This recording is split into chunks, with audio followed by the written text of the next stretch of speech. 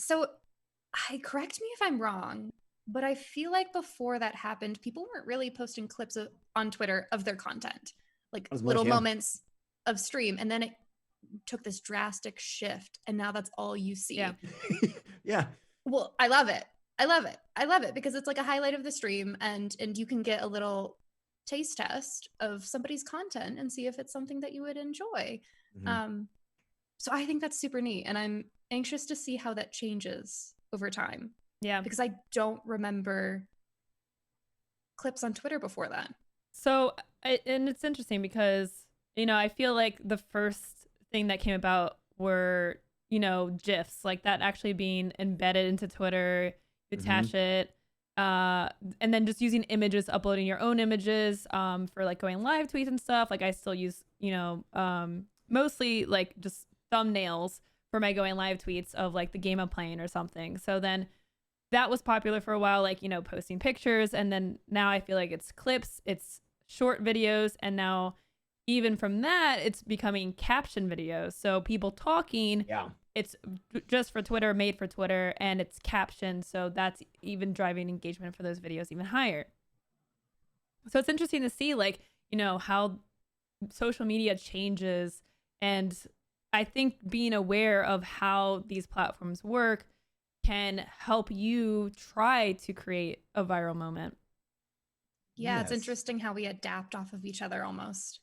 Yeah. Somebody starts it, it becomes popular, and then everybody does it, and then somebody does something different, and then we take that shift for a little bit. Evolution. Yeah. I think that's the important thing to remember too, is you never want to give the advice to someone of like, see what others do, copy it, and don't stray from it. It's like with any game, like when you're talking about a competitive online game, you talk about what the meta is. And we definitely have a meta right now in terms of like streamers using social media for growth. And you'll notice a lot of people, for instance, who are like streamers in the 1 to 10 view count range will look to streamers like Dr. Lupo and Ninja or Courage or whoever it might be for their social media advice, when I think really you need to meet more in the middle and look to the people that are more of like 50 to 500 viewer range kind of thing. I think a lot of the times we see that like when you're starting out, maybe people don't always know who to emulate in terms of social media stuff. And like the big guys, the top dogs, aren't the ones to emulate because they're already there. It doesn't matter what they tweet. Dr. Lupo could tweet once a month and he would be fine. You know what I mean? It's almost like categorically different, right? It's like investing. You don't want to copy. If you have $300 to invest in the stock market, you shouldn't be copying hedge funds that have, you know, 300 million. That's a good example. Well, they're the exception. That's great. Yeah. Right. Yeah. And not the norm. And the one thing to remember too is like the whole trend of videos being captioned right now wouldn't be a trend if someone hadn't done it for the first time. So it's important to look to what gets engagement from other people. It's also important to know that trying new things and having them not succeed on the first try doesn't mean they won't succeed eventually. Sometimes it can be important to kind of be a part of the meta to gain enough traction. So when you post something different, you already have an audience that is going to engage with it, because things can't go viral if no one interacts with them. You can be making the best content out there, and if you have one follower and they don't engage with your tweet and it doesn't get seen by anyone, it's gonna die with no engagement, you know? So I think it's really important to kind of keep that in check.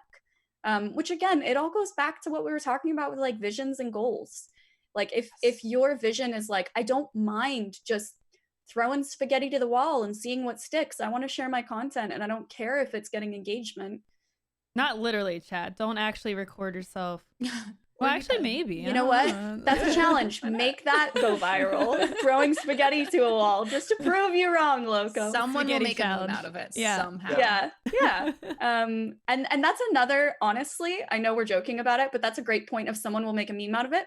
Let's say everyone in our friend group, every single streamer that I'm friends with, that Loco's friends with, that you're friends with, the Hunter's friends with, if we all made a video of ourselves throwing spaghetti, the same song in the background with the same like hard cut to our face after or whatever, you know, people would pick it up, they'd copy it, they'd want to get in on the joke, and it could take life of its own because of a social network, because we all know each other. And if you get enough people to engage with a thing, honestly, the quality doesn't even matter. It takes on a life of its own, you know? For sure. Definitely.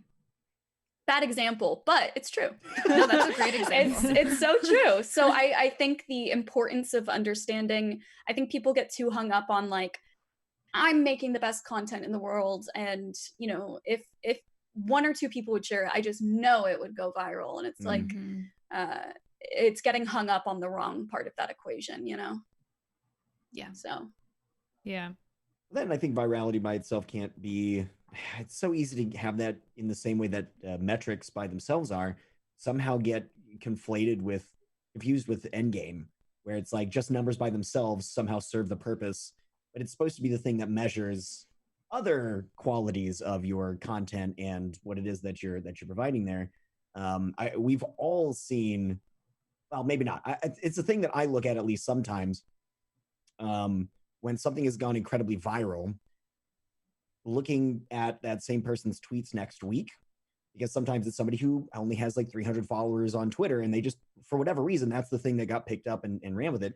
Next week, they only have 312 and are back to, you know, 1 comment and 2 favorites or whatever. That's always been its own fascinating thing. So I think avoiding, and again, in terms of expectations, avoiding the idea that going viral solves any problems.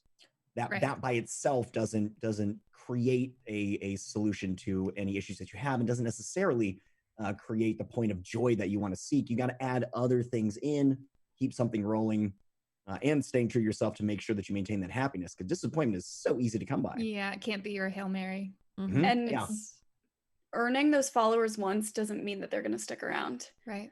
I was talking about this on stream the other day. My Instagram is the exact same follower count. And when I say the exact same, I mean like to the decimal point, the exact same that it was a year and 3 months ago. Because what happens is every time I make a new post and it's not memes or clips of me reacting to things, I lose followers, and then I gain new people who are interested in seeing that type of content. So I get hundreds of followers a week on Instagram, and I lose hundreds of followers a week on it. This, like, I was just looking at my analytics the other day, and it was like, you know, you gained 250 and you lost 251. And it's because things that send, you know, push notifications or things that show up in people's feed, they're going to go either, who is this? I don't remember following them. Or like, oh, that's not, they're just posting, they're like a human with a dog. Oh, I just wanted to see more bunny memes. And for every person that unfollows, you know, are you more interested in hanging on to the people that are only there for one specific reason? Are you interested in maintaining those numbers by catering to them?